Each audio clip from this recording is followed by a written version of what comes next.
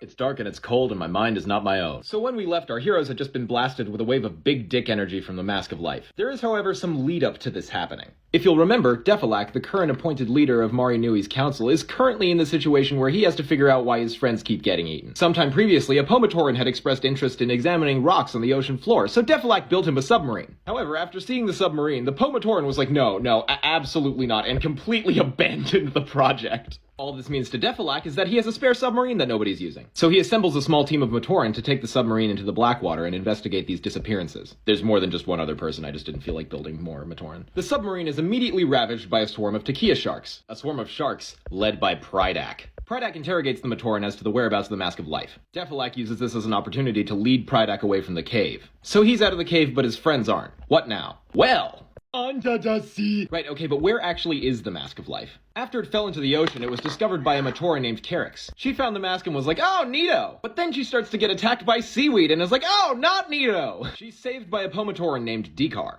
Dekar's like, oh, mate, what the fuck was that? Because, seaweed's not supposed to attack you like that. Dekar decides to take the mask to the council. But on his way there, he's attacked by a venom eel. This is a relatively common occurrence, given that this is the ocean and everything sucks. What's not normal is that its wounds keep healing as Dekar's trying to attack it. After escaping that situation with his life, Dekar decides that this mask is too fucking powerful and needs to be destroyed. The mask's reaction is a resounding no, and in retaliation creates a 300-foot-tall giant venom eel. Oi, you cunt, Dekar said, probably. After Dekar barely escapes that situation with his life, the mask proceeds to trauma dump on him, revealing its entire life story. Dekar doesn't have much time to process this because they've got company. I can't believe that you people think I'm short. In the cave in which he sought refuge, Dekar is visited by Elik, Prydak, Karapar, and Kalma.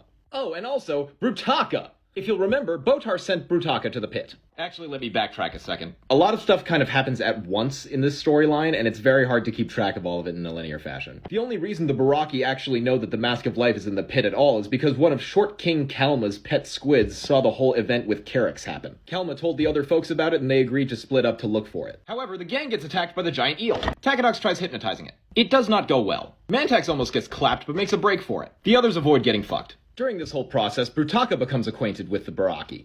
And he basically says, I too am looking for the Mask of Life, and if you get in my way, I will absolutely wreck your shit. Prydak's response is, well, you seem like a bitch, but whatever. So Brutaka and the 4 Baraki that didn't get their shit pushed in by the eel find Dekar, who is threatening Maskant. I still cannot believe that I built this. Prydak is fully ready to bully Dekar's guts out of his body for the mask, but Brutaka says, nah man, I got this. Brutaka calmly approaches Dekar and says, I am a member of the Order of Mata Nui. If you give me that mask, I assure you the Baraki will never get their hands on it. Dekar's response is essentially, wow, this is worthless. Because just as a random Matoran, Dekar has no idea what the Order of Mata Nui is, nor does he actually believe that it's a thing. Look, if a gigantic, scary-looking man came up to you and told you to give him a nuclear bomb you just found because he was an envoy of God, you probably would be suspicious. Kalma then says, hey, we do not have a time for this is the bullshit! And he calls upon 2 incredibly hench squids to just grab Brutaka and yank him into the darkness, never to be seen again. At least for now. The Baraki then move in to turn Dekar into a New York Post article. But then the mask gives off a blinding flash of power. In the confusion, Dekar manages to escape the cave. But as he swims towards Mari Nui, he realizes he's running out of air. He might not make it home. Why the fuck did I make Kalma Italian? Dekar is about to fucking die. But the Mask of Life senses this, and reaches his energy out to touch him, transforming him. And in a matter of seconds, the Matoran struggling for life is no more.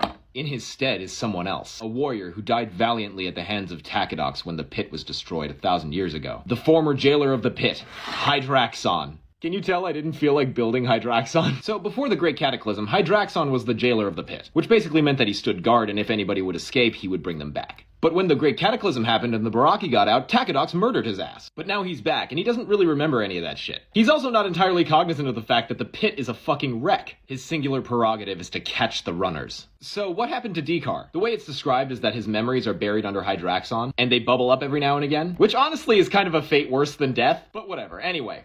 Brother, I am pinned here. So we're gonna backtrack a little bit again. Defilak was leading Prydak away from the cave where he was keeping his friends when the giant venom eel attacked. Defilak used this as an opportunity to escape back to Mari Nui, but the giant venom eel followed him. The eel then saw the city of Mari Nui and thought, lunch, and started charging towards the city. The Matoran see the eel approaching and are like, oh mate, we're so fucked. But then Defilak remembers that venom eels hunt by searching for light, and the entire city is lit up by light stones. So he gives the order to smash all the light stones. And his fellow Matoran are like, alright, bet. So as the city goes dark, the eel is like, lunch? And then it sees the cord, where, at present, the Toa and Nika are battling an army of Ziglak. And you see, now we're back at the beginning. This is already difficult to keep track of, and I know I'm making it worse somehow. So the eel sees the cord and thinks, lunch! And wraps itself around the cord, breaking it and sending the Nika flying out into the ocean. And then this motherfucker transforms them.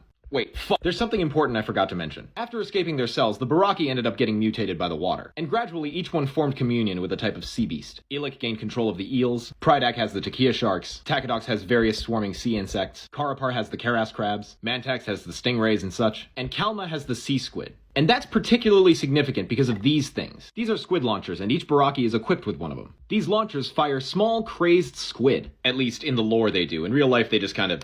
yeah. It was a very cool idea, it was not very well executed. I do love how these things look though. Anyway, Kalma breeds these freaky little bastards, and he treats them like Michael Vick treats a pit bull. I'm not even exaggerating, they go into it briefly, it's fucked up. But okay, so the thing is, these squid are loyal to Kalma, and what that means is, if the baraki ever went to war with each other, 5 out of 6 of the baraki would be shit out of luck insofar as their ammunition would try to eat them. And these things are nothing to sneeze at. One of these guys almost takes down Kongu. One of them. So with Kalma, it's like, hey, you fucka with me, you fucka with all of us. I can't even really do an Italian accent. Why did I think this would be a good idea? Well, it's too fucking late now. Kalma is short and also Italian. I really wish this had been explored a little bit more, actually. And it sucks, because there's really only 3 books that take place in this particular arc. So for all the amazing stuff that Greg writes, he's really limited in terms of, like, space he has to do it. So really dope ideas like this get, well, kind of lost in the sauce, you know? Hey, somebody say a sauce?